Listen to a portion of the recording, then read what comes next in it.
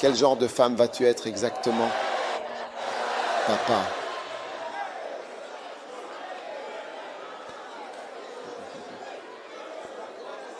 Fantastique. Tu aimes la musique, Dida?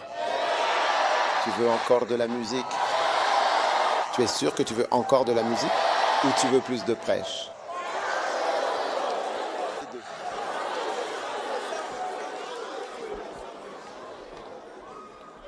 Tu dois donner cette chanson à tes bien-aimés et aux autres pour qu'ils la pratiquent.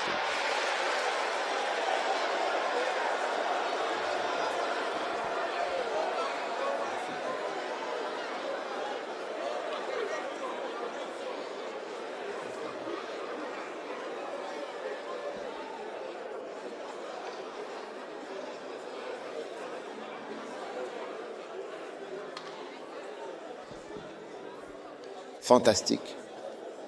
Très bien. Suiveur assidu. Wow. Père, merci infiniment pour cette opportunité. Au nom de Jésus, Amen. Vous pouvez vous asseoir. Le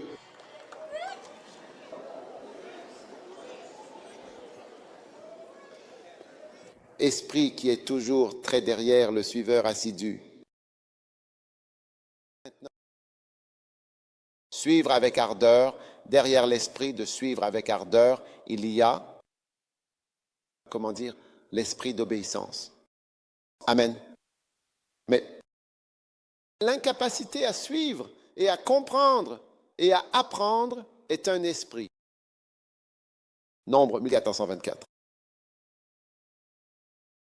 Mais mon serviteur Caleb, parce qu'il avait en effet un autre esprit avec lui et qu'il m'a suivi pleinement, certainement,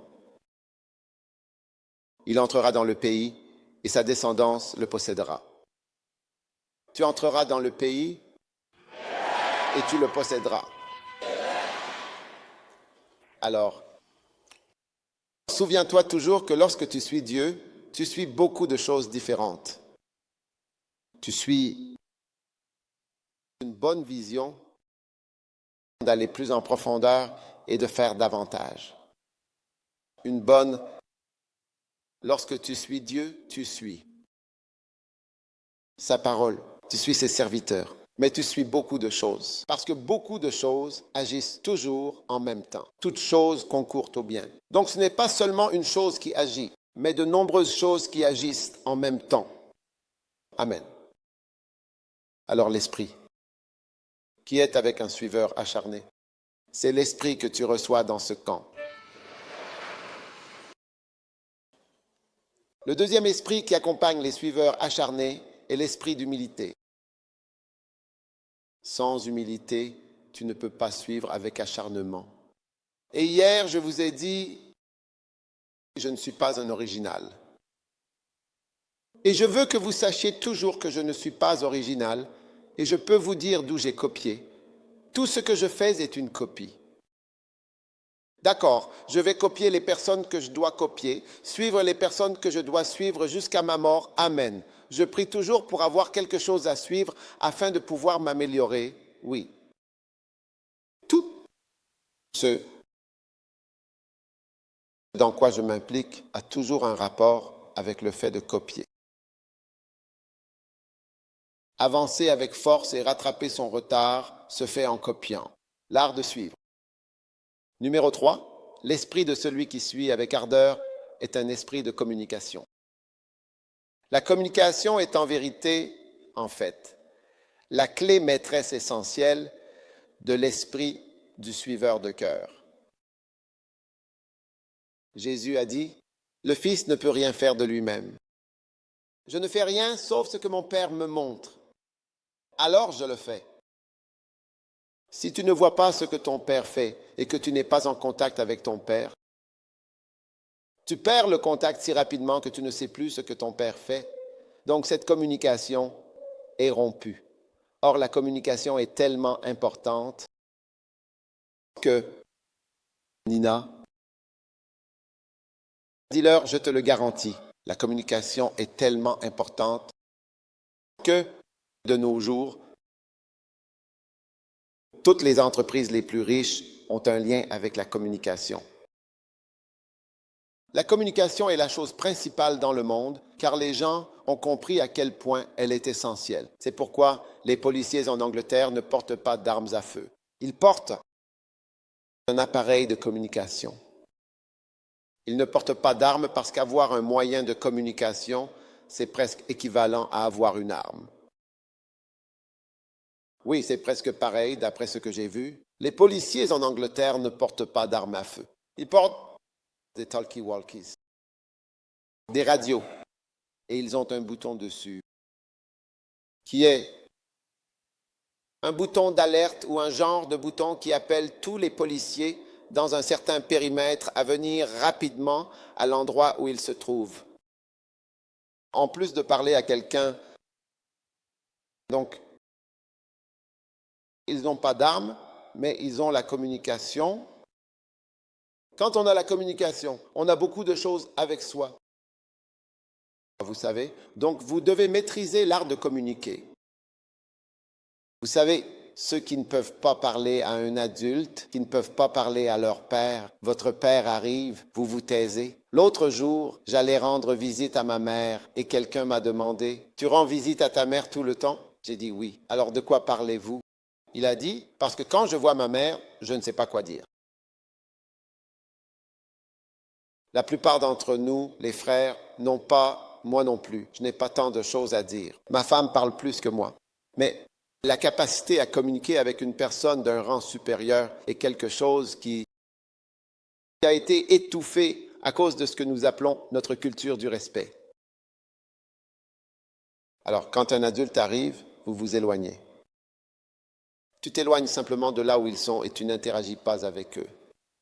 C'est peut-être l'un des aspects les plus tristes ou les aspects négatifs de notre soi-disant culture, parce qu'elle nous a enlevé presque toutes les personnes avec qui je suis proche. Elles se sentent simplement libres de me parler. Elles me parlent librement. Toutes les personnes avec qui je ne suis pas proche ne me parlent pas. Je ne vais pas leur parler parce que j'ai assez de gens à qui parler. Donc cela dépend des personnes et tous ceux qui sont inhibés pour une raison ou une autre chercheront toujours une justification.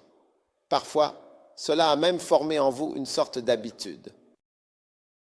Tu vois, de simplement ne pas communiquer.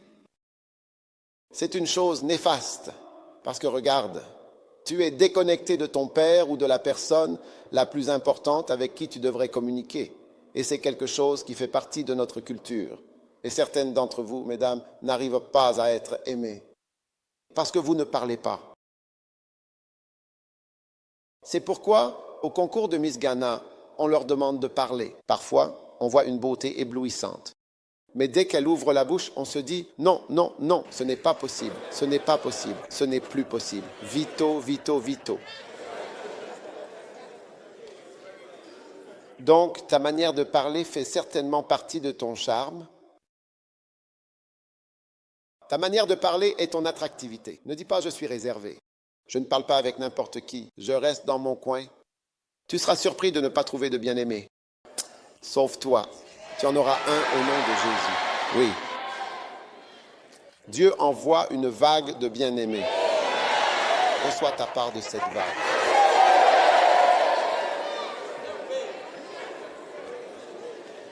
Tu dois promettre d'être vertueuse. Hey. Combien veulent entendre la chanson?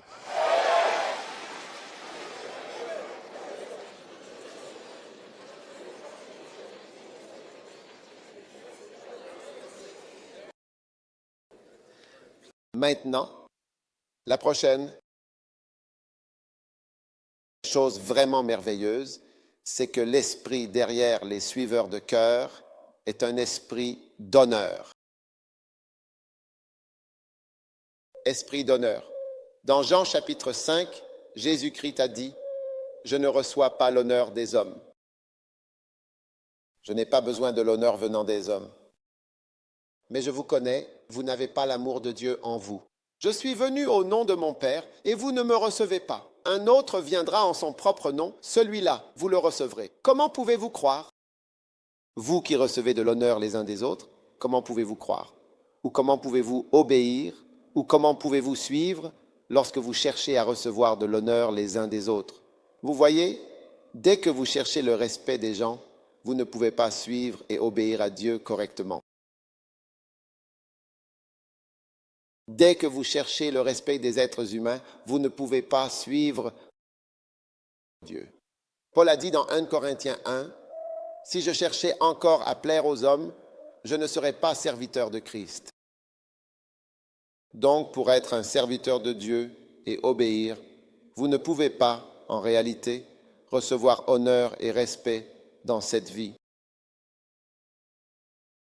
Je ne me soucie pas beaucoup de ce que les gens pensent de moi. Je pense davantage à ce que Dieu pense de moi. Cela me préoccupe vraiment. Je ne me soucie pas vraiment de ce que les gens pensent. J'ai toujours eu un groupe qui ne pense pas du bien de moi. Et c'est normal si vous allez servir Dieu. Ce qui compte, c'est que pense Dieu, pense de toi. Et est-ce que Dieu t'aime? Et est-ce que Dieu t'adore? Est-ce que Dieu est content de toi? Est-ce que tu es content de moi? Oui, c'est ça l'essentiel. C'est ce que tu devrais dire. Je n'irai pas si tu ne viens pas avec moi, Jésus, pas à cause de ces gens, ni de ce qu'ils pensent. Oui, quand je suis arrivé pour la première fois à cet endroit, certainement, à Légon, il y avait une fille qui est arrivée à l'école en même temps et qui a commencé à dire plein de mauvaises choses sur moi. Je ne savais même pas ce qu'elle racontait. J'ai simplement continué à faire ce que j'étais en train de faire. Et certaines des personnes qu'elle a influencées incluaient ma femme, qui n'était pas mon amie à l'époque. Je ne la connaissais pas encore car elle venait d'une autre école. Et certaines des autres personnes sont aujourd'hui des figures importantes de l'Église. Ouais, elle avait pollué tous leurs esprits. Donc, pendant que je me déplaçais, que j'allais ici et là, il y avait des moments où j'allais dans les jardins pour prier, puis je revenais. Et ces personnes me voyaient là-bas. Elles me regardaient simplement, comme si cette fille avait parlé de moi. Donc c'est lui, le gars. J'étais assis là. Ouais, mais tu vois, une fois, ils étudiaient, et ma femme m'a dit qu'on étudiait au département d'espagnol et qu'ils m'ont vu y aller le matin. Ils ont vu, tu sais, si tu connais le département d'espagnol, je ne sais pas si c'est toujours le département d'espagnol.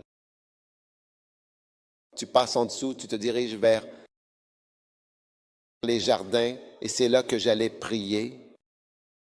Ils étaient là, ils sont allés déjeuner, ils sont revenus, peu importe. Puis ils sont revenus le soir et ils m'ont vu arriver seul. Alors ils ont commencé à se poser des questions sur les histoires qu'ils entendaient à mon sujet. Parce que j'avais l'air d'être toujours seul, je faisais juste avancer, prier Dieu. Et combien d'étudiants en médecine marchent seuls? Et prie, ce qui compte, c'est ce que Dieu pense de toi. Dès que tu commences à te soucier de ce que les gens pensent de toi, tu verras que tout ton ministère sera réduit, découpé en une toute petite portion. Oui, celui-ci pense, la plupart ne voient pas cela comme important pour être pasteur.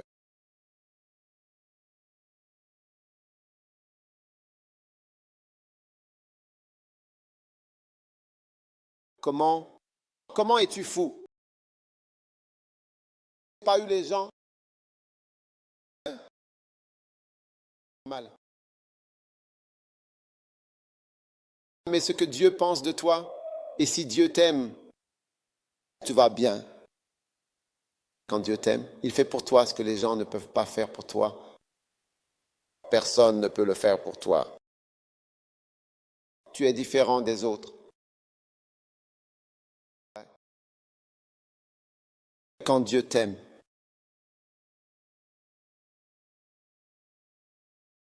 Jésus avait des gens qui le détestaient qu'en se présentant aux élections contre un bandit armé.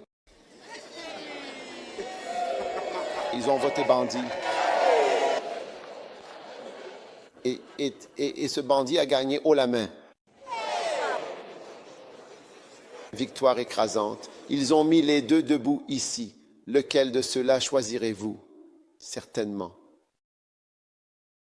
Voulez-vous Barabbas ou voulez-vous Jésus? Et les gens ont commencé à crier, Barabbas, nous le préférons en ce moment. Pas du tout. Cet homme qui dit, heureux les pauvres, heureux les grands. Mais nous, on ne veut pas de lui du tout. Celui-là même qui a dit que le fils prodigue était un homme qui avait 2 fils, il est parti et a dit, pas du tout. Il a dit qu'un homme riche est allé en enfer. Nous n'aimons pas cet homme, celui qui a guéri aveugle, lépreux, ressuscité mort, Lazare. Nous n'avons pas besoin de lui. Donnez-nous Barabbas.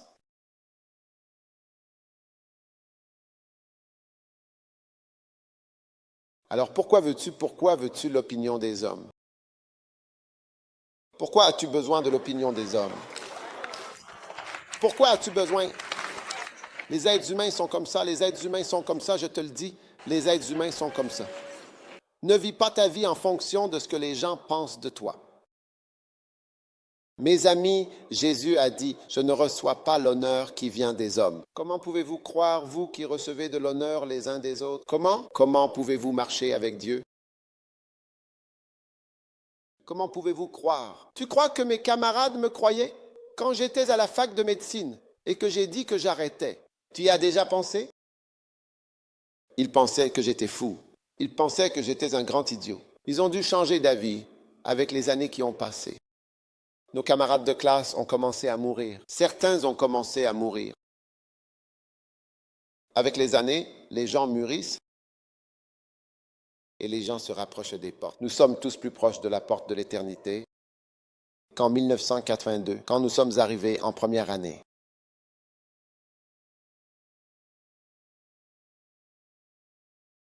Dieu t'aime. Tu ne peux pas vraiment suivre complètement quand tu penses aux gens. Et quand tu regardes les gens, ils auront toujours des pensées vraiment étranges à ton sujet. Oui, en fait, c'est vraiment vrai. Tu te dis que tu vas organiser une grande fête pour inviter beaucoup de gens afin de leur donner à manger et pendant qu'ils mangent, ils seront en train de t'insulter. Pendant qu'ils mangent, ils diront, c'est un voleur, regarde la viande. Les êtres humains.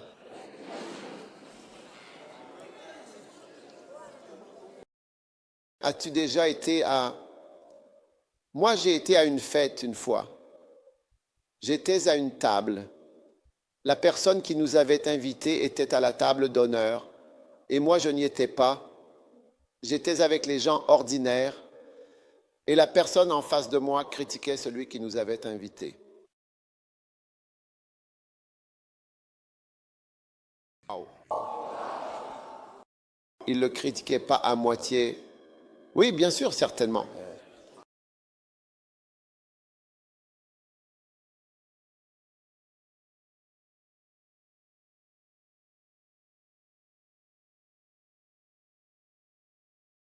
Il a dit que le jugement allait tomber dans cet endroit. Il a dit, j'ai peur que si je tourne la tête, le jugement entre dans cette maison.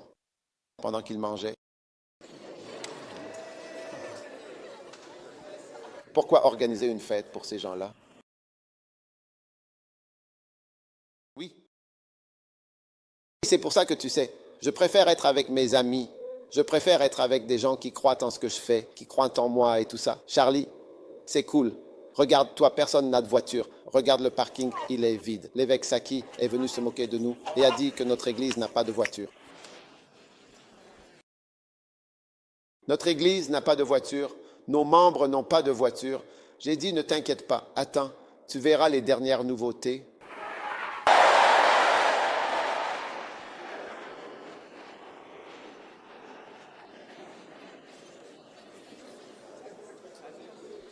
Ne pense pas aux gens.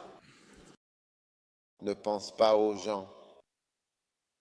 D'accord. Ouais, ne pense pas aux gens.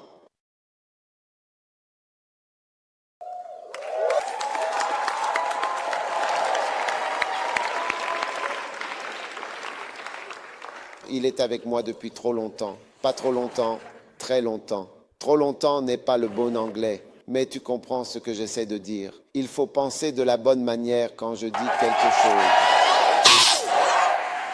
C'est à cause de Satan qu'on doit même corriger notre anglais.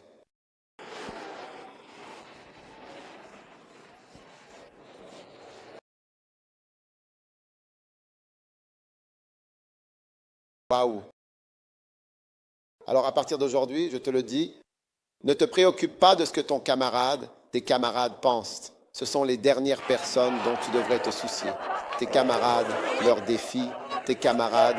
Non, non, ne te tracasse pas avec tes camarades. Ce sont les gens auxquels tu ne dois pas penser. Non, non, non. Tu dois penser à Dieu? À Dieu.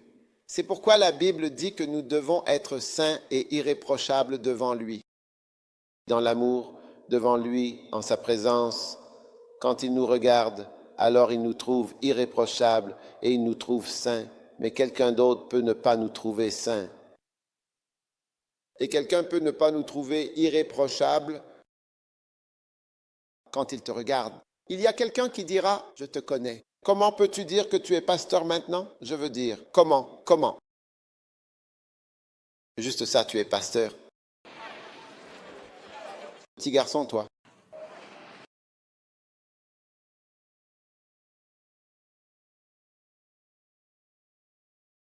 Par grâce, hein?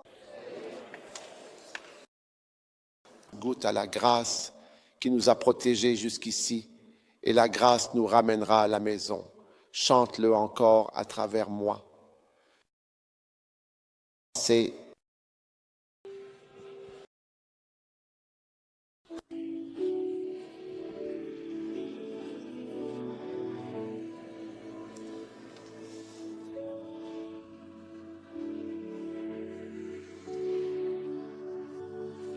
bien.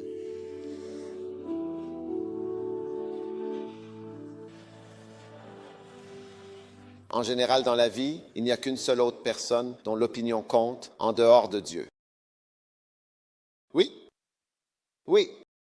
Si tu regardes bien ta vie, tu verras peut-être qu'il y a généralement, tu vois, les êtres humains ne sont pas importants. Mais en général, en fait, il peut y en avoir un, peut-être deux, pas cinq, une seule personne en réalité. Oui, et c'est une opinion qui compte. En général, les autres n'ont pas d'importance.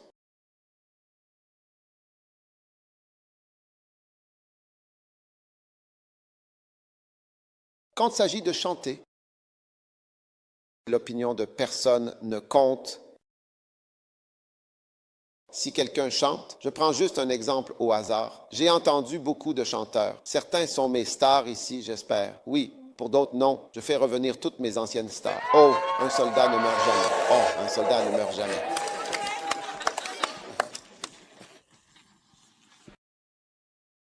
Tu l'apprends dans la vie. Peu d'opinions comptent vraiment. Trouve une ou deux personnes. Même là, tu dois faire très attention à ce que leur opinion compte vraiment. Oui. Mais disons, dans notre petit environnement ici, si ce qu'Aïda chante ne me plaît pas, même si toi tu aimes vraiment ça, ça n'a pas d'importance, oui. Ça ne compterait pas. Pas aujourd'hui, ça fait longtemps. Mais ce que je veux dire, c'est qu'il y a eu tellement de chanteurs qui sont passés. Et c'est important ce que pense une personne, parfois, mais souvent ce n'est pas important. Au final, ça disparaît. Mais il y en a une ou deux. Par exemple, si tu travailles quelque part, il y a généralement une personne qui est importante. Tu sais, et tu te fais toujours des amis avec cette personne-là et des ennemis avec les ennemis de cette personne.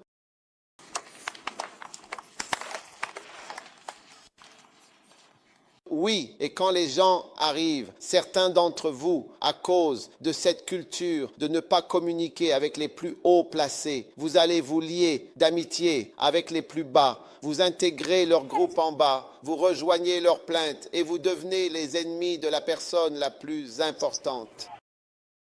Et la personne qui est là est tellement maligne qu'elle est devenue le chef de ce groupe. Et il est tellement malin qu'il sait quand tu ne l'aimes pas et que tu ne crois pas en lui. Il est capable de le savoir même quand toi-même tu ne sais pas comment il le sait. Alors, s'il te plaît, sache que penser aux gens quelquefois t'empêchera d'obéir à ce que Dieu dit. Oui, oui.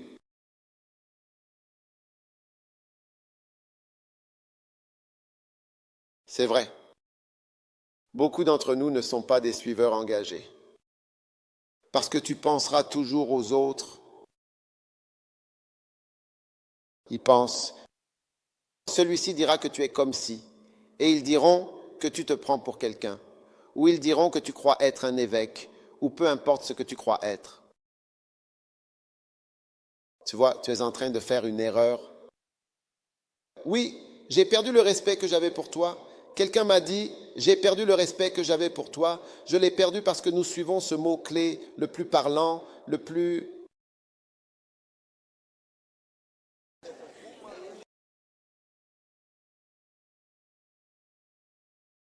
Leur respect n'a aucune importance. Leur respect, il n'y a pas de professeur ici, pas de professeur de ceci ou de cela. Leur opinion ne compte pas. Ils m'appellent quand ils sont en train de mourir. J'ai été appelé par des professeurs.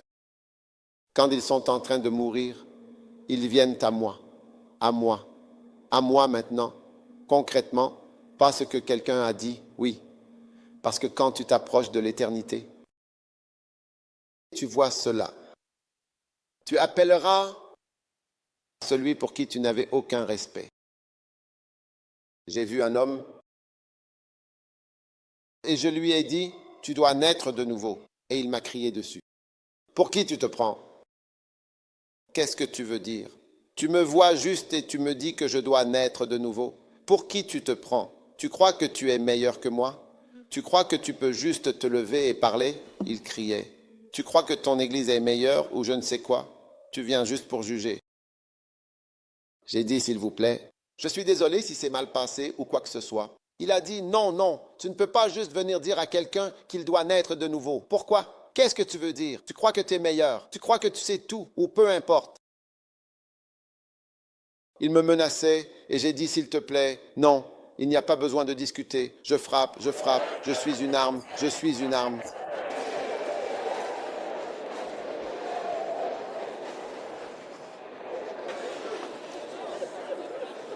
Mais, quelques mois plus tard, ce même homme, je ne savais même pas qu'il connaissait mon nom. Cet homme, il était en train de mourir à l'hôpital ici. Et il a demandé à me voir. Il y avait un homme qui travaillait pour nous. Je ne savais pas qu'il travaillait aussi pour lui, qu'il faisait des choses pour nous quand nous organisions des programmes. Il a contacté cet homme par l'intermédiaire de ce gars.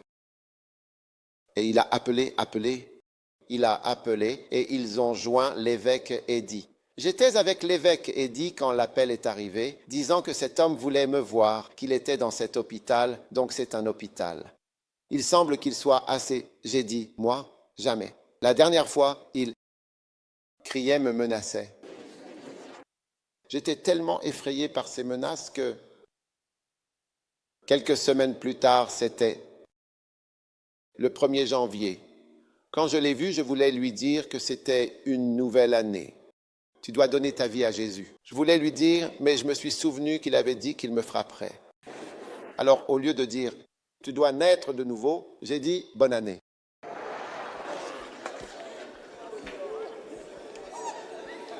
Bonne année, c'est neutre.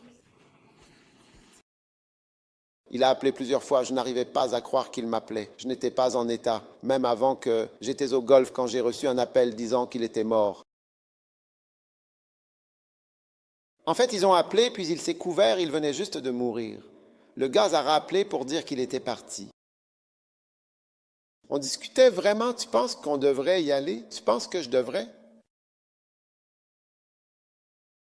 Leur opinion n'a aucune importance. C'est ce que j'essaie de te dire. L'opinion de cette personne n'a aucune importance. Ils peuvent te maudire, te critiquer, nous maudire. Nous avons été maudits par tellement de gens. et sort. Je vois l'image d'eux, celui-ci debout, maudissant celui-là, disant ceci, cela. Je les bloque et je renvoie l'expéditeur. Au nom de Jésus, à la source. Au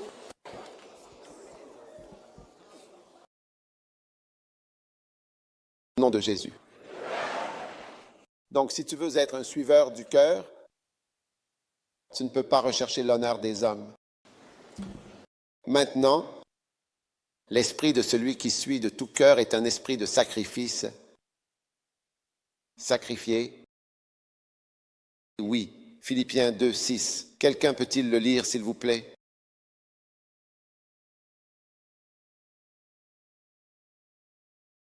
OMS, étant en forme de Dieu, n'a point regardé comme une proie à arracher d'être égal à Dieu. Philippiens 2, 6. Lui qui, étant en forme de Dieu, n'a pas estimé comme une usurpation d'être égal à Dieu, mais s'est dépouillé lui-même, en prenant en effet une forme de serviteur, en devenant en réalité semblable aux hommes, et ayant paru comme un simple homme, il s'est humilié lui-même, se rendant obéissant jusqu'à la mort, même jusqu'à la mort de la croix. Waouh! Étant quoi? Et ayant paru comme un simple homme, il s'est humilié lui-même, en toute humilité, se rendant obéissant jusqu'à la mort, même jusqu'à la mort de la croix. Waouh! Amen. Donc, vous pouvez voir que le sacrifice de mourir sur la croix vient de suivre fidèlement et avec soin et attention les instructions de Dieu. Oui. Amen. Maintenant, je veux vous lire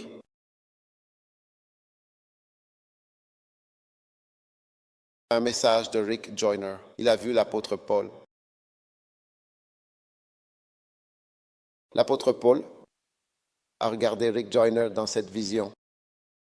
Et il a dit, il y avait deux choses que nous avions atteintes à notre époque et qui ont été très rapidement perdues par l'Église. Et elles n'ont pas encore été retrouvées.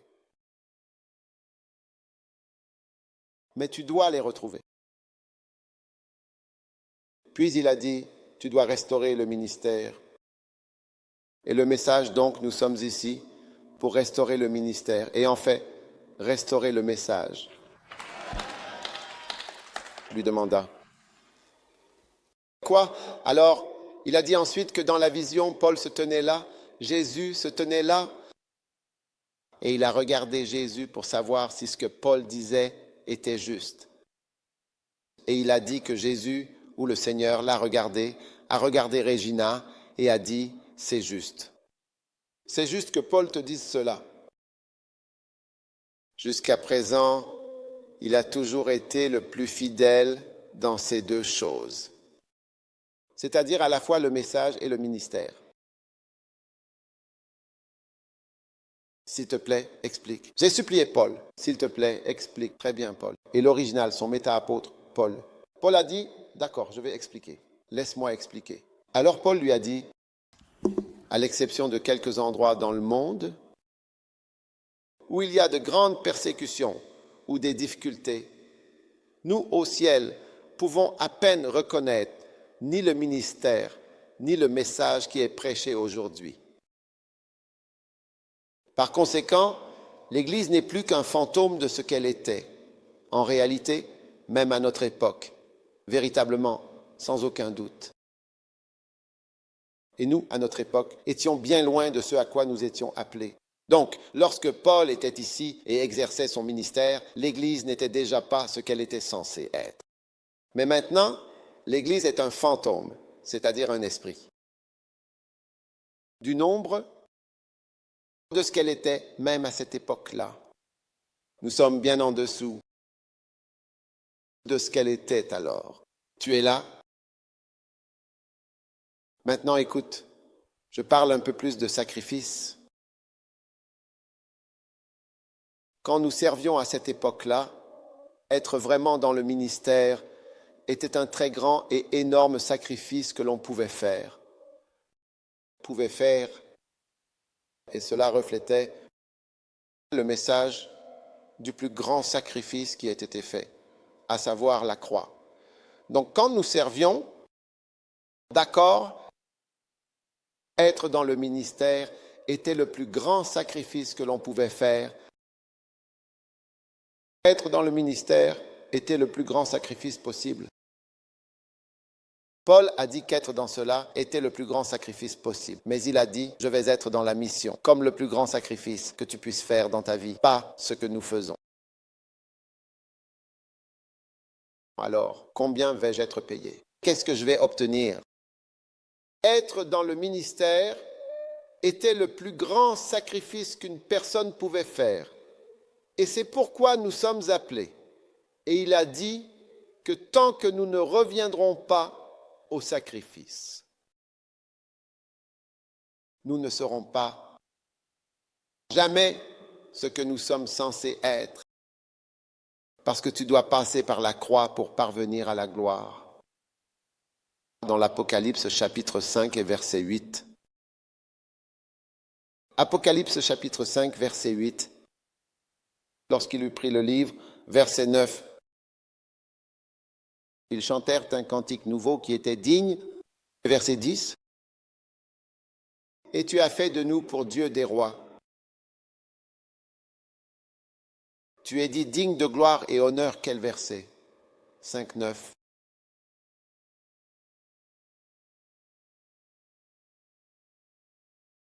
Non, c'est l'un d'eux de toute façon. Avant que Jésus ne reçoive ses éloges, disant qu'il est digne de recevoir la gloire, l'honneur, les richesses, la puissance, la sagesse. C'est parce qu'il était l'agneau qui a été immolé. C'est ce que dit le verset 12, oui 12, Apocalypse 5, 12. Tu es digne de recevoir puissance, richesse, sagesse, force, honneur, gloire et bénédiction. Alors, voyant Jésus-Christ avec gloire, honneur, puissance, sagesse, force et richesse, tu pourrais penser qu'il n'a rien sacrifié. Si tu es un véritable disciple, tu dois savoir ce que tu suis. Jésus avec richesse, ce n'est pas le Jésus que tu suis en ce moment. Tu suis Jésus avec une croix. Jésus qui est mort, il a dit, prends ta croix et suis-moi.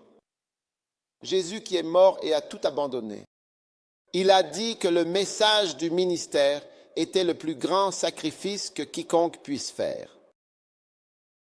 Et je ne pourrai jamais retirer cela du ministère. C'est ça le ministère. Et si tu t'y engages vraiment, tu seras prêt à aller dans n'importe quel village, n'importe quelle ville, et y vivre ta vie, y consacrer ta vie jusqu'à ta mort. Que tu aies vraiment une voiture ou non, que tu aies véritablement une maison ou non, c'est ça le vrai ministère. Le plus grand sacrifice qu'une personne puisse faire dans sa vie, véritablement. C'est ce que je veux dire. Et je vous lis un livre. Vous pouvez tous l'ouvrir si vous l'avez. La quête finale. Chapitre, peu importe lequel, vous le verrez. C'est le plus grand sacrifice qu'une personne puisse faire, mais nous essayons tous d'échapper à ce sacrifice.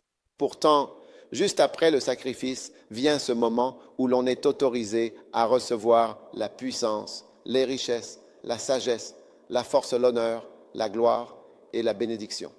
Alors, les gens regardent quelqu'un qui est passé par la croix et qui a reçu l'honneur, les richesses, la sagesse et la force, et ils disent « Oh, je vois mon avenir ». Oui, tu vois ton avenir, mais tu dois savoir que le chemin vers ton avenir passe par la croix. Et sans le message de la croix, nous sommes laissés sans puissance. Vous voyez, nous avons affaire à quelque chose de spirituel. C'est spirituel. Pour avoir une puissance spirituelle, il faut la croix. Peu importe combien vous priez, si vous ne passez pas par les sacrifices que vous êtes censés faire, vous n'aurez pas un certain niveau de puissance. C'est simplement comme ça. Donc, Quand vous essayez de vous sauver vous-même, de vous sauver de ceci, de cela, encore de cela, vous finissez par perdre toutes les choses que vous auriez pu gagner. Vous finissez par perdre toutes les choses que vous auriez pu gagner. Vous finissez par perdre une partie de la puissance et des richesses, de la sagesse, de l'honneur, de la gloire, de la bénédiction. Toutes ces choses, vous finissez en quelque sorte par... Et vous devenez un fantôme. Un fantôme, une ombre sans la gloire, sans la bénédiction, sans les richesses, sans l'honneur de ce que vous auriez pu être. Ou bien, vous ne comprenez pas ce dont je parle. Oui.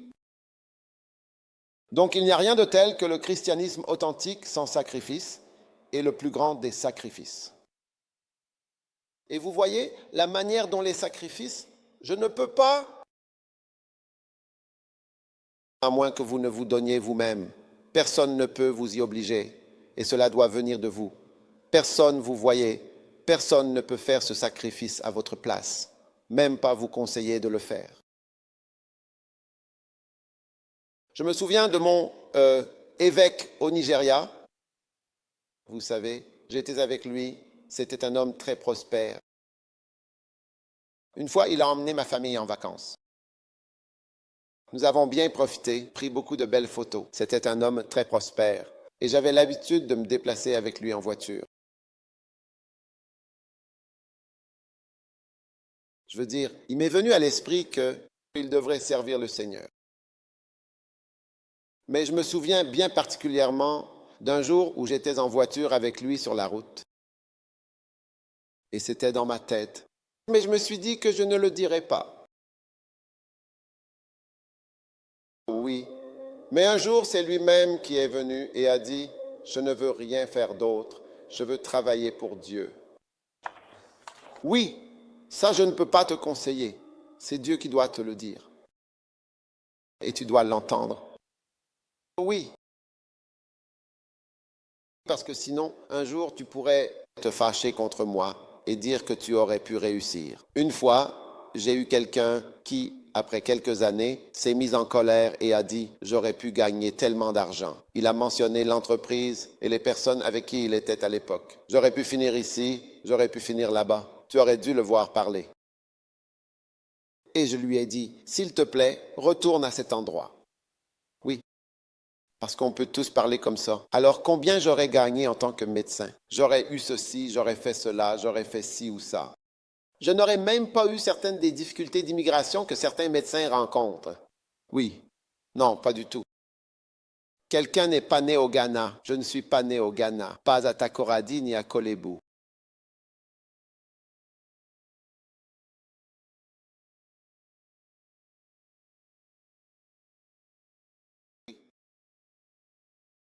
C'est facile pour moi. Je fais un pas et je suis dehors. Si on doit tous parler comme ça, tu ne seras pas content. Si tout le monde disait « Je travaillais chez Ideal Milk », aujourd'hui j'aurais plein de Ideal Milk, des découpeuses. Des rideaux sans beaucoup de lait en poudre dans la maison.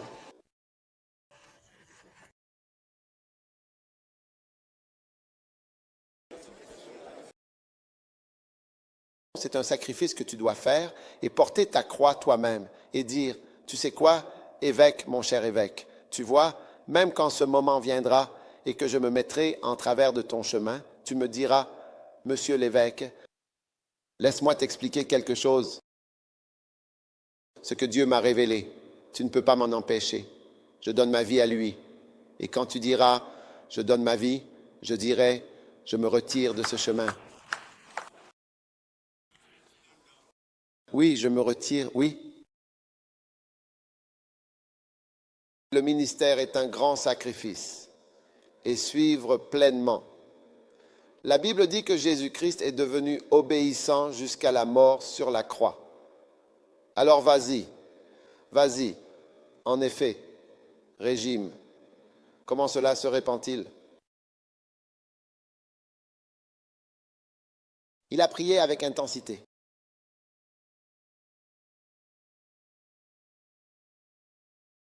Alors quand la mère de Jacques et Jean, la femme de Zébédée, est venue voir Jésus, Elle a dit, Jésus, je t'ai envoyé des déjeuners, des repas emballés, du poisson et des frites. Pendant les 2 dernières années où tu as été avec mes enfants, je n'ai qu'une seule demande. Elle a dit, je sais qu'il y a beaucoup de gens qui viennent, et à l'avenir encore plus viendront, mais j'ai une chose à demander.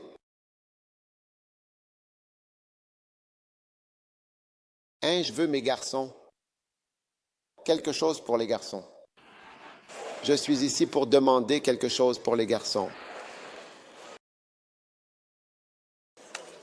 Tes garçons sont là pour toi. Tes garçons sont là pour toi et je le sais.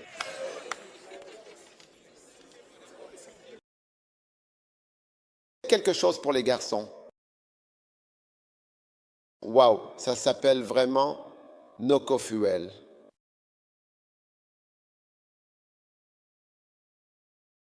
Tes garçons sont là. Je ne veux pas d'argent, je ne veux rien, je veux juste que mes garçons, James et John, s'assoient à ta droite et travaillent. Jésus regarde la femme. Femme de Zébédée, tu ne sais pas ce que tu demandes. Si tu savais ce que tu demandes, tu ne poserais pas cette question.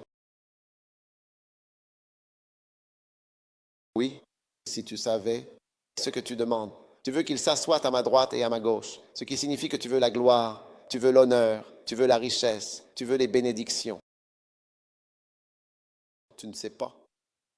Tu ne sais pas ce que cela signifie de porter ta croix et de suivre. C'est ça que tu demandes. Peux-tu boire la coupe? Il l'a appelé. Il a utilisé 3 mots. Coupe, baptême et croix. C'est une boisson.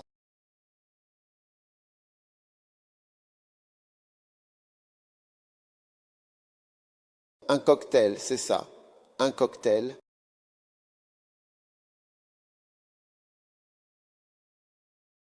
Femme de Zébédée. Tu ne sais pas ce que tu demandes? Tu as demandé, il ne t'a pas dit que tu as demandé quelque chose de difficile. Il a dit que tu ne sais pas ce que tu demandes. Que tes fils s'assoient à ma gauche et à ma droite. Tu crois que c'est quelque chose de simple pour les garçons? Tes garçons sont là.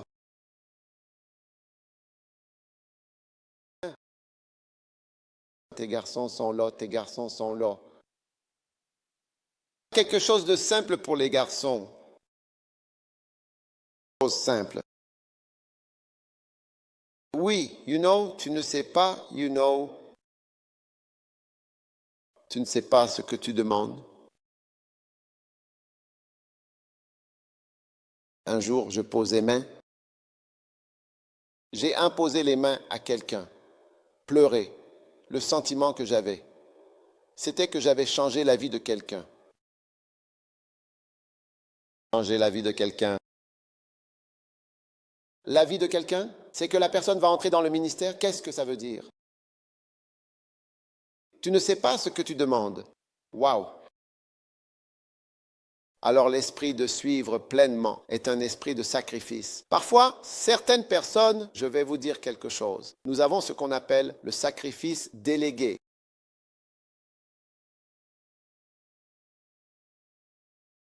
Dois-je vous parler du sacrifice délégué?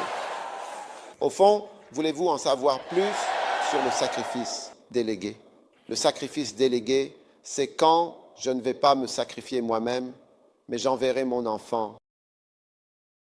Oui, je sacrifie mon enfant. Parfois, je sacrifie mon mari, je sacrifie ma femme. Tu y vas, moi je reste ici. Et parfois, peux-tu croire que même le sacrifice délégué, certaines personnes s'y opposent? Oui, comme s'ils ne veulent pas y aller eux-mêmes et que leur enfant y va, ils vont parler à l'enfant et lui dire, écoute, je suis ici depuis des années. Tu ferais mieux de m'écouter, je m'y connais un peu. Même le sacrifice délégué, certains s'y opposent. Oui, ne laisse pas ton enfant faire ça. Oui, Amy Semple McPherson, la fondatrice de l'Église du 4e évangile, sa mère, avait reçu l'appel au ministère. Mais elle est allée se marier avec quelqu'un. Et puis, elle était la servante d'un homme dont la femme est décédée. Et ensuite, quand l'homme est mort, il a épousé sa servante. Je veux dire, comme une aide-soignante. Il est facile d'aimer une personne qui prend soin de vous. Ouais. Parfois, tu ne devrais pas avoir de partenaire. Avant de me rendre compte que je t'aime vraiment profondément.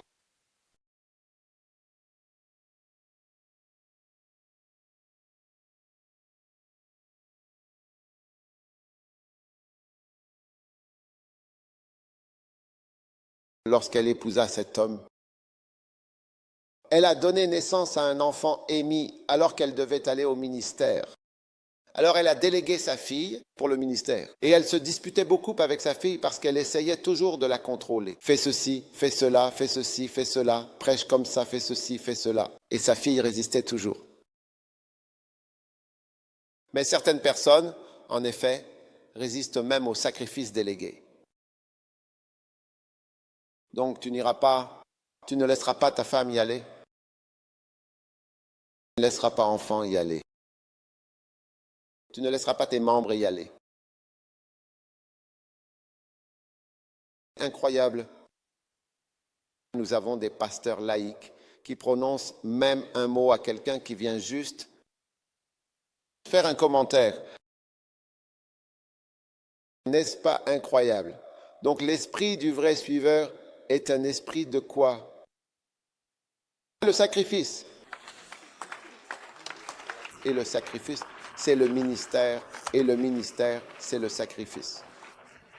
C'est perdre de l'argent, perdre des voitures, perdre des maisons, tout perdre. Peut-être ne jamais se marier, ne pas avoir d'enfants, ne jamais avoir de maison, ne pas avoir d'endroit où vivre, ne pas être en paix, être en guerre, perdre le repos, tout perdre. Perdre quelque chose. Oui.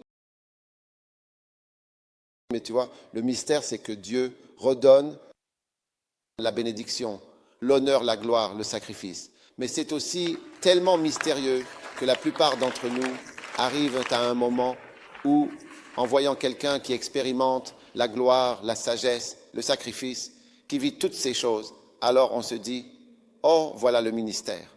Le ministère, c'est la richesse, l'honneur, la bénédiction, la gloire, la puissance, voilà le ministère. Je vois mon avenir. C'est pourquoi la femme de Zambie est venue et a dit quelque chose de petit pour le patron, quelque chose de petit pour le garçon. Waouh! Dis à quelqu'un, je suis en train de suivre et de travailler dans l'armée des suiveurs de cœur.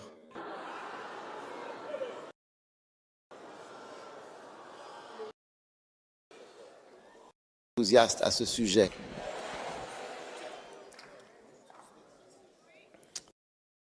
Je continue à lire le petit message de Rejoignus de Paul. Il a dit que la croix, et maintenant Paul parlait, la croix est la puissance de Dieu et elle est le centre de tout ce à quoi nous sommes appelés à vivre. Elle est le centre.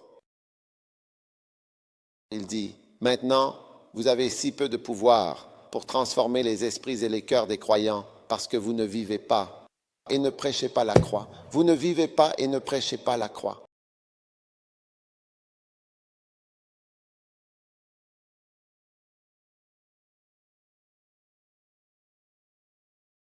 Il a dit que vous avez peu de pouvoir de changer la vie des gens car vous ne la vivez pas et ne la prêchez pas. Vous ne vivez pas sacrifice, vous ne prêchez pas sacrifice. Vous prêchez les bénédictions et les richesses. Donc vous avez peu de pouvoir pour transformer les esprits et les cœurs des gens. Vous n'avez pas le pouvoir de changer leurs cœurs et leurs esprits. Waouh!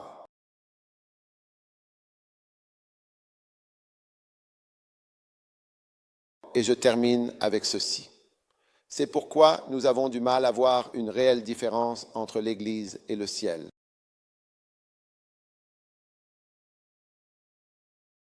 Ce n'est pas l'évangile du salut qui nous a été confié. En effet, vous devez véritablement revenir à la croix. Ce sont les paroles de Paul.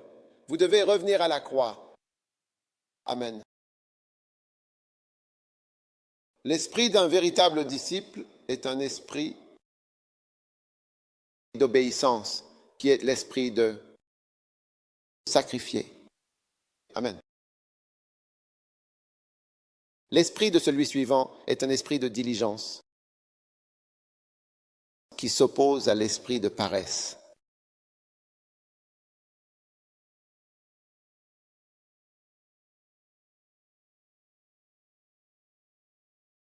Proverbe 22, verset 13. L'homme paresseux dit, il y a un lion dehors. Je serai tué dans les rues. Maintenant, l'esprit de l'homme paresseux est l'esprit de celui qui ne suit pas avec ardeur. Vous voyez, le contraire, ou l'esprit de désobéissance, c'est l'esprit de l'excuse parfaite. De quoi? L'excuse parfaite. Il y a un lion dans les rues. Même à Nairobi. J'étais une fois à Nairobi. On a reçu une alerte disant qu'un lion s'était échappé parce que le parking est juste à côté du... Et les lions sont allés chez une certaine femme. Et elle a ouvert la fenêtre et a vu les lions dans son jardin. Oui, et ils ont appelé leurs gens pour venir les attraper. Oui, une fois, on s'est arrêté. La police nous a arrêtés et a dit, regardez, il y a des lions. Faites attention. Juste là. Donc il y a un lion dans la rue. Ce n'est pas un lion. Aussi théorique que vous pourriez le penser. Et on a constaté que dans les temps anciens, il y avait plus de lions partout. Donc, quand tu dis qu'il y a un lion, ce n'est pas une bêtise ou quelque chose d'inventé. C'est l'esprit de l'excuse parfaite, correcte. L'excuse que tu as donnée, même moi, je ne peux rien dire. Je ne peux pas ouvrir la bouche. Il y a un lion sur le champ.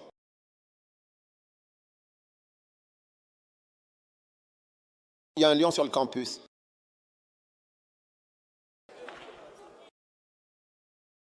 Et la rentre chez toi. Excuse absolument parfaite, le mot excuse. Excuse idéale et parfaite.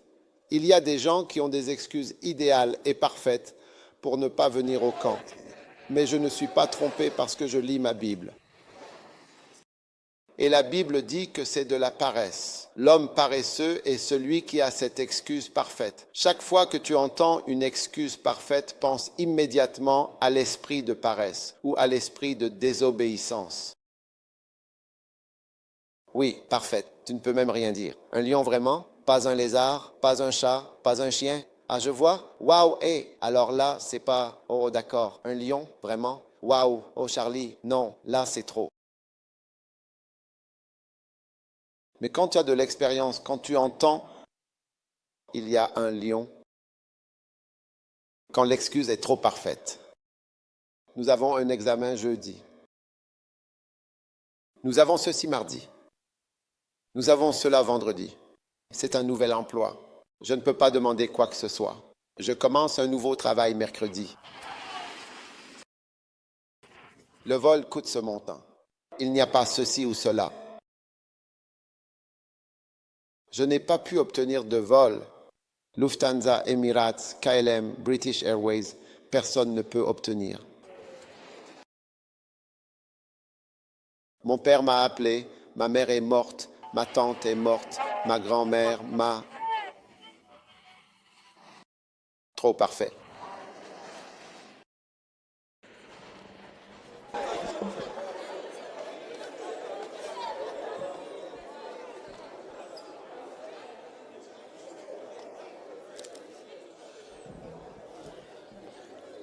L'esprit de la poursuite acharnée est l'esprit d'intelligence. L'esprit de suivre de tout cœur est l'esprit d'intelligence. Maintenant, 1 Corinthiens chapitre 11, verset 1, « Soyez mes imitateurs comme je le suis moi-même de Christ. » Ce que vous devez comprendre maintenant, c'est que suivre quelque chose et suivre est le signe d'une intelligence de haut niveau. Oui, Vous voyez Shakespeare, vous connaissez les histoires célèbres de Shakespeare, Jules César, Hamlet, Macbeth, Le Marchand de Venise, Roméo et Juliette, et ainsi de suite. Après sa mort, on a découvert la source de ces histoires, sans savoir que ces histoires n'étaient pas originales, comme quelqu'un qui ne voulait pas du tout être original.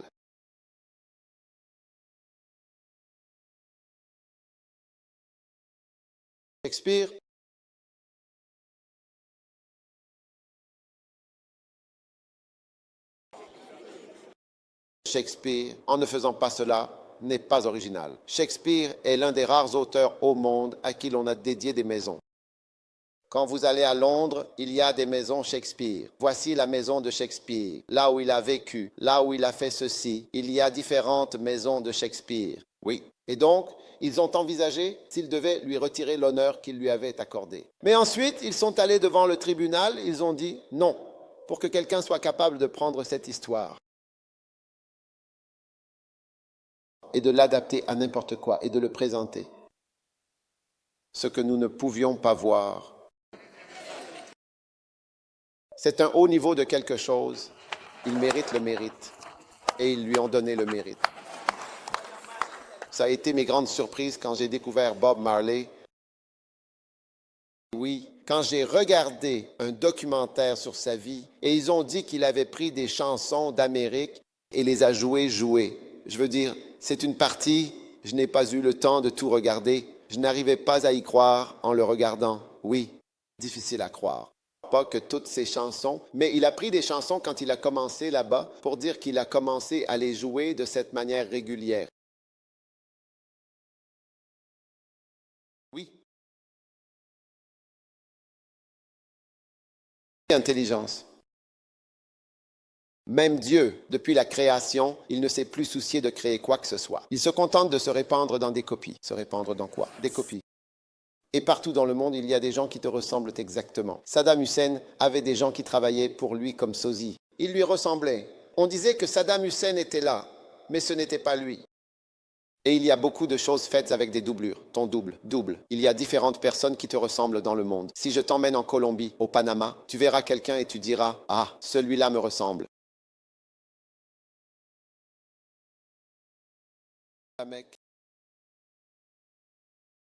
C'est incroyable.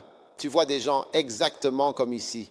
Dieu n'a pas arrêté ça depuis des milliers d'années, depuis qu'il a créé l'homme.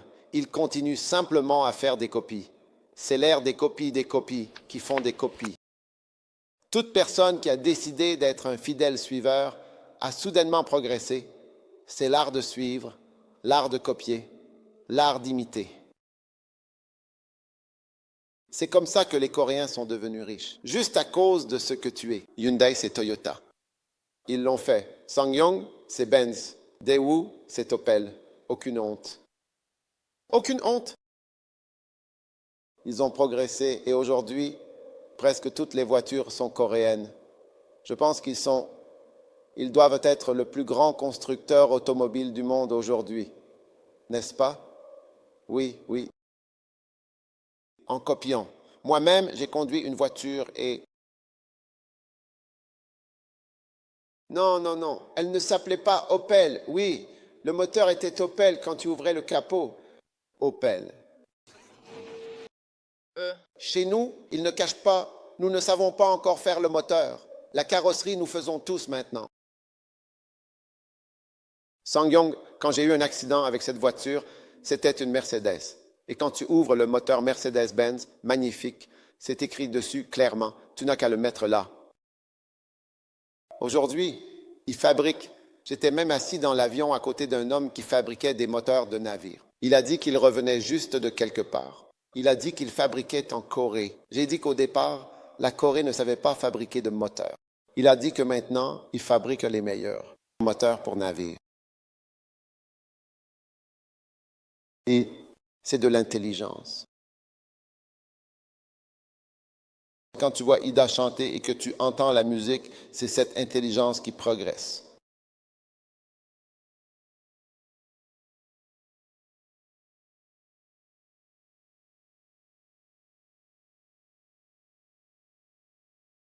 Quelqu'un envoie quoi?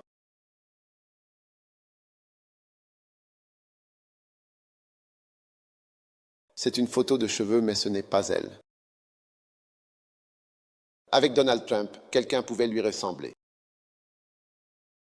Montre-leur ça. Montre la photo d'elle avec Donald Trump, ce n'est pas elle, Healthy Joy, oui.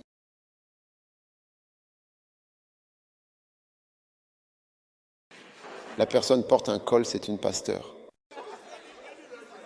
Révérende.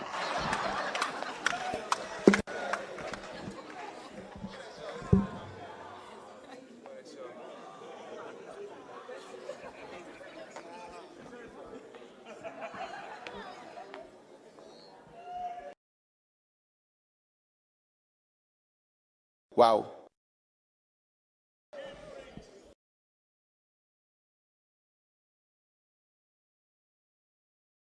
Enfin, l'esprit de... Suivre avec persévérance, c'est l'esprit de la promotion. Oui. Philippiens 2, verset 8. Philippiens 2, verset 8. Ayant paru comme un simple homme, il s'est humilié lui-même, se rendant obéissant, même obéissant jusqu'à la mort. Verset 9. Verset 9. Pourquoi? Dieu l'a aussi souverainement élevé et respecté. Donc, un suiveur assidu est une personne qui est vraiment promue. Tu manifestes un très haut niveau d'intelligence. Oui, un très haut niveau d'intelligence. Un très haut niveau de promotion parce que tu es un suiveur assidu. Ouais. Évêque Richard, en Angleterre. Les gens se moquèrent de lui. Je disais qu'il est un clone. C'est un clone de moi quand je lui ai dit, ou quelqu'un lui a dit, il a répondu, je suis un clone maître, je suis un clone maître. Oui, ouais. C'est une bénédiction si quelqu'un me compare. Agin, cela me fait sourire. De larges sourires sur mon visage, de larges sourires, parce que moi je ne suis pas l'original, c'est toi l'original. Est-ce que l'original est par ici, dans cette direction?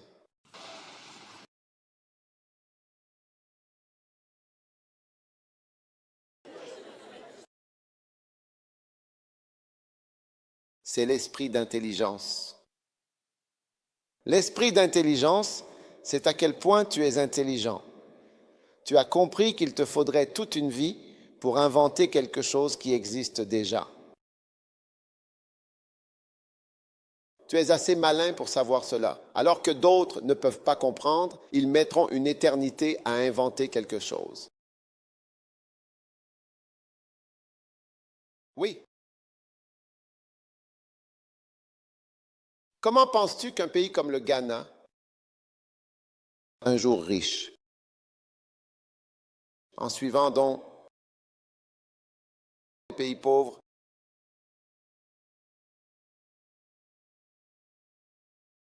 la plupart des choses que nous faisons en Afrique sont les mêmes que celles que font les pays pauvres. Tous les pays pauvres se comportent de la même manière. Et tous les pays riches se comportent de la même manière. Et si tu viens et que tu te spécialises, tu dis que nous sommes spécialisés dans l'agriculture. Tous les pays qui se spécialisent dans l'agriculture sont des pays pauvres.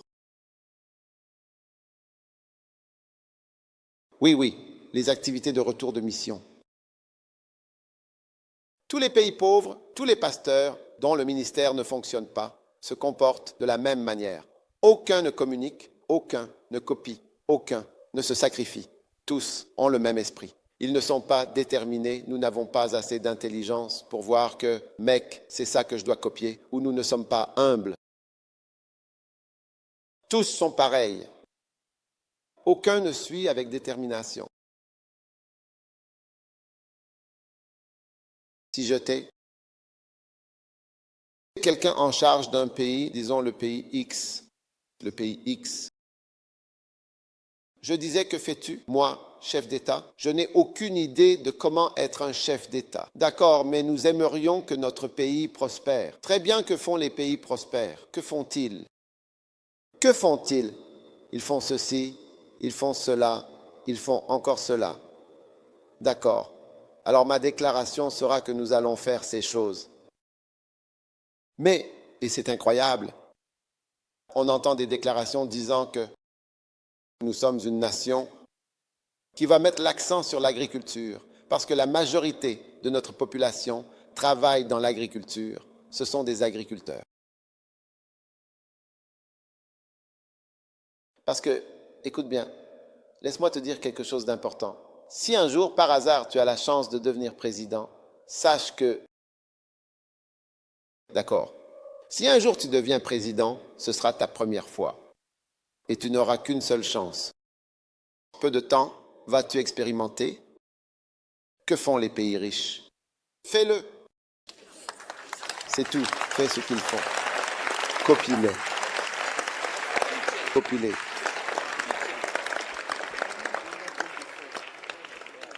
Et tu n'auras pas beaucoup de temps. Tu n'auras pas beaucoup de temps.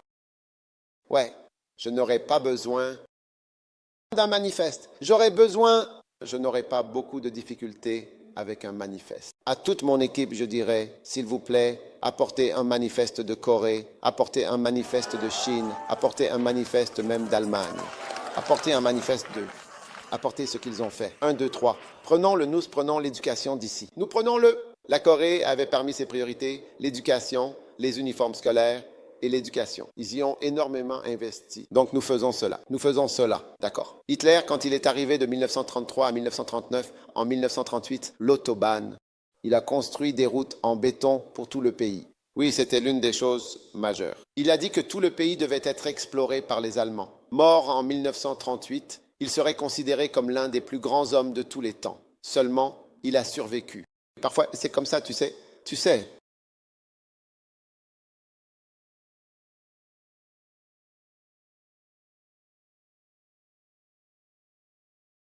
Il a construit la route qu'on appelle l'autobahn. La VW a été créée par lui. La voiture Volkswagen signifie la voiture du peuple. Donc je fabrique une voiture pour les gens ordinaires. Tout le monde doit en avoir une. Volkswagen, le peuple.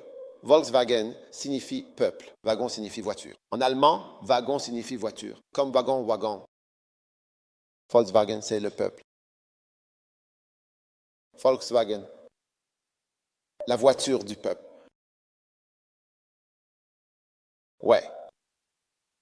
Qu'est-ce qu'il a fait? C'est ce que je ferai. Si vous me faites président sous la menace d'une arme, bonjour à tous, je dois être président. Je vais convoquer mon cabinet. J'ai dit, venez. Bon, trouvons l'éducation. Choisissons. Nous allons choisir. Ce gars-là, éducation, Corée, Chine, peu importe. Je pense que la Corée, ça fonctionne. Et ensuite, oui, il faut qu'on trouve Singapour, Singapour. Énergie, peu importe. La santé, on prend tout. Et quoi d'autre? Les transports. Oui, voilà, c'est tout. Et comment l'Amérique a-t-elle fait? Travail manuel. Ils ont construit avec du travail manuel. Oui. Je veux juste donc retire-le. Tu l'as vérifié sur Internet? Copie-le. Copie, copie, copie. Oui, alors on l'apporte. Aujourd'hui, quelle heure est-il? À 11 heures, d'ici 15 heures, j'aurai le manifeste en tant que président, ce que je fais pour le pays. Copier la Corée, la Chine, la Malaisie, Singapour, l'Allemagne. J'ai tout rassemblé et j'ai dit, changez le nom Singapour en Ghana, changez toutes ces choses, c'est tout. Je l'ai présenté et on m'a dit, waouh, c'est fantastique. À 15 heures, je serai prêt. Je suis prêt à gouverner.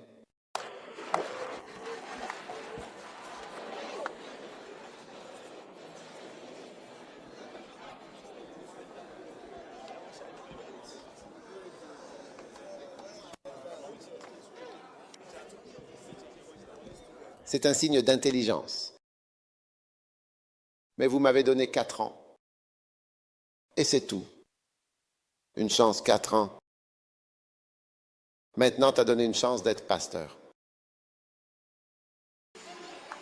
Café Yonggi-sho, Café Yonggi-sho. Apportez le livre, apportez le manifeste, copions-le et adoptons-le. Une chance d'être évangéliste, Café Bonquet. Une chance d'être un évangéliste de guérison, Café cet homme. Apportez-le. C'est tout ce que j'ai fait toute ma vie. Ce n'est pas un signe d'intelligence.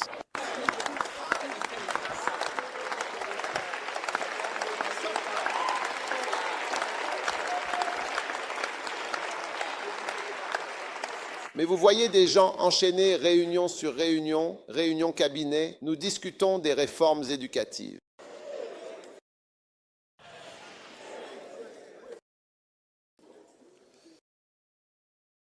Parfois, nous faisons le GSS 3 ou 4 ans, le SHS 4 ans, 3 ans, on change, on fait ceci, on fait cela, on prévoit et abandonne le haut level. Où cela nous a-t-il menés? Où cela nous a-t-il menés? Nous avons des gens qui finissent l'école et qui ne savent pas parler anglais. Ils ne savent pas écrire. La grammaire n'était pas bonne à l'époque.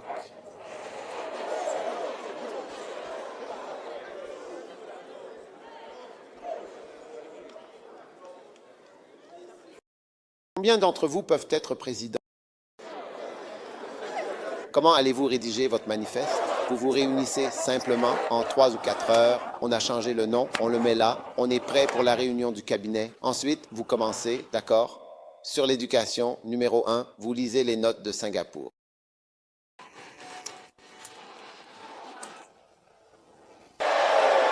Pour les transports, vous lisez quelque chose sur l'Allemagne, l'autobahn. Vous changez le nom d'autobahn en autoroute.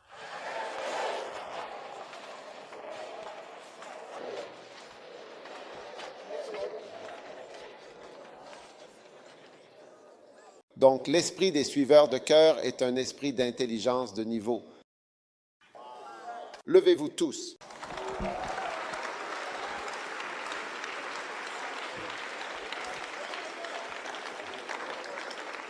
Très bien. Levez les mains un instant. Père, merci infiniment pour l'unité de ta sainte parole. Nous te rendons gloire. Nous te remercions de nous guider si bien. Nous te suivons, Maître. Nous te remercions. Au nom de Jésus, Amen. Très bien, nous faisons une pause de... Il est 11h05, donc environ 20 minutes de pause. Pour toutes les choses que vous devez faire, combien d'entre vous ont besoin de faire quelques petites choses? Oui, vous voyez maintenant que la raison pour laquelle vous avez besoin de faire quelque chose, c'est parce que tout le monde a besoin de faire quelque chose. C'est l'une des sagesses que vous devez comprendre. Votre vie n'est pas, je dirais, qu'il n'y a pas de tentation qui ne soit pas commune. C'est commun, c'est normal, c'est commun à l'homme. Il n'y a rien qui ne soit pas commun.